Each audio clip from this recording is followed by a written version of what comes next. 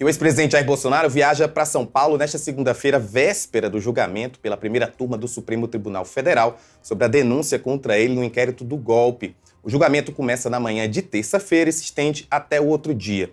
Durante as sessões, os ministros vão analisar a denúncia do Procurador-Geral da República, que pode transformar Bolsonaro e mais 7 aliados em réus, acusados de envolvimento em uma suposta trama golpista para anular as eleições de 2022. Eu estou aqui com o colunista Igor Gadelha, que traz mais detalhes. Essa viagem está marcada, então, para daqui a pouco, mas ele não fica em São Paulo a semana não, né?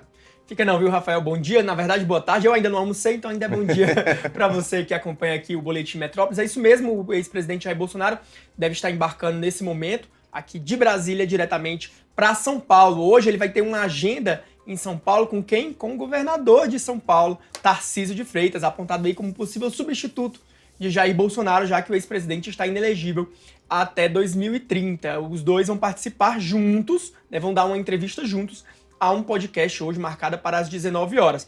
A previsão é de que o ex-presidente Jair Bolsonaro durma em São Paulo e volte para Brasília amanhã bem cedo para acompanhar aqui, né, diretamente da capital federal, o julgamento da denúncia. Né? A primeira turma vai decidir se aceita ou não a denúncia. Se aceitar, Jair Bolsonaro vai se tornar réu e aí todo o processo segue tramitando lá no Supremo Tribunal Federal. Ele vai assistir daqui de Brasília mesmo, viu, Rafael? Os advogados do Bolsonaro estão vindo de São Paulo, alguns ficam em São Paulo, eles estão vindo ainda hoje, o presidente só chega amanhã, né, de volta a Brasília, mas os advogados já estão vindo hoje para se preparar, já que amanhã cedo alguns deles vão fazer sustentação oral, né, vão ali defender Bolsonaro, mas o destino já parece muito traçado do Bolsonaro.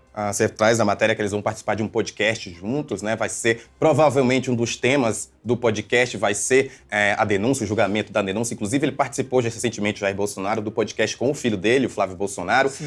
Como é que está sendo aí esse posicionamento até do Tarcísio em relação a esse julgamento? Ele esteve também na manifestação, foi bem incisivo nela. Como é que está essa relação? Até por conta do, como você deixou claro aí, de que ele é um nome que pode substituir Bolsonaro, que está inelegível ainda. Olha, Rafael, o Bolsonaro já dá como favas contadas, né? Vamos dizer assim, esse julgamento, ele já sabe, né, que vai virar réu. Eles têm uma dúvida ali em relação ao voto do ministro Luiz Fux. Inclusive, o ministro Luiz Fux hoje, ele suspendeu o julgamento da Débora, aquela moça, né, que pichou, perdeu o mané. Ela já tem maioria para ser condenada pelo Supremo.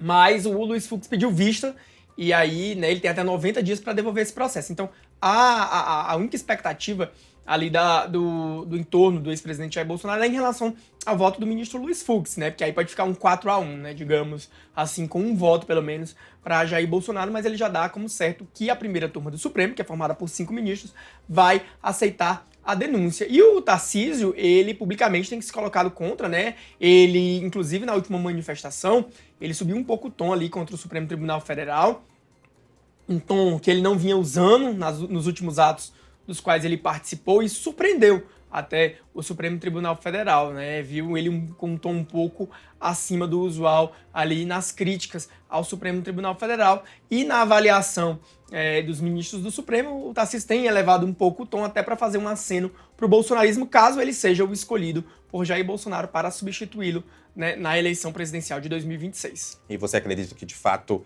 pelo caminho que a situação está se movendo, a gente já tem aí quase uma certeza, né?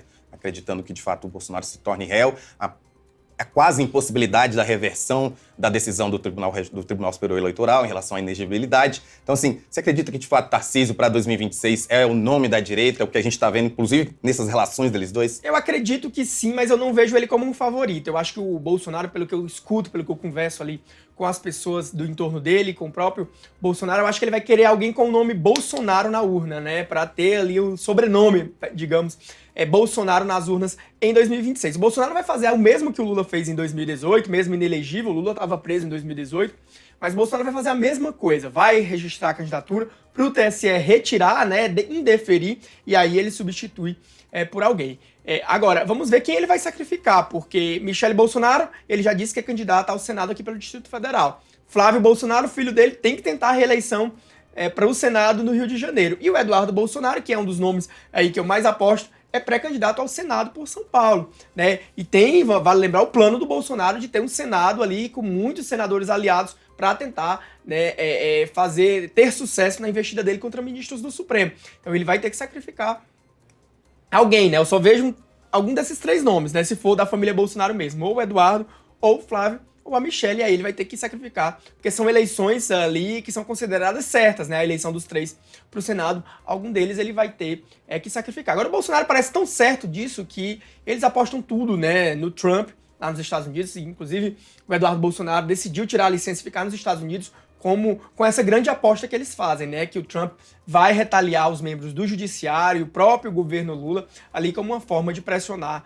o judiciário para ver se beneficia o ex-presidente Jair Bolsonaro. Os ministros do STF negam, né? Dizem que essa pressão aí que os bolsonaristas acreditam do Trump não vai surtir efeito. Até porque, né, essa decisão do Eduardo Bolsonaro, é claro que tem a ver, como você falou aí, nessa pressão que pode acontecer do governo Trump, mas é a primeira vez que a gente está em muitas décadas que não tem um Bolsonaro na Câmara, né? E ele não vai querer perder esse poder também, pensando aí nas eleições de 2026, né? Sem dúvida, foi alvo dividiu ali a base bolsonarista. Muitos deputados e lideranças bolsonaristas aliadas ao Eduardo Bolsonaro acreditam que ele teve uma decisão errada, porque ele vai perder o protagonismo aqui, né, na Câmara, vai se afastar, vai ficar focado muito nas questões externas e não na interna, mas outro lado acha que não, porque ele pode seguir. Ele sempre foi um deputado muito, né, que bomba muito nas redes sociais, então ele tá seguindo ativo ali, dando entrevistas para veículos brasileiros, tá ali se comunicando com a base deles, então acham que o prejuízo não pode não ser tão grande, até que 2026, essa próximo ano ele já estará de volta, porque ele pediu uma licença ali de 120 dias, né? 122, que ele tirou 2 de saúde, mais 120 para tratar de assuntos particulares, né? Então, ainda esse ano ele volta.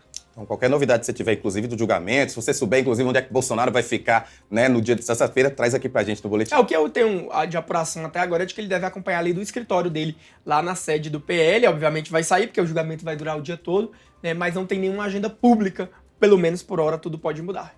Perfeito, obrigado, Igor. Obrigado.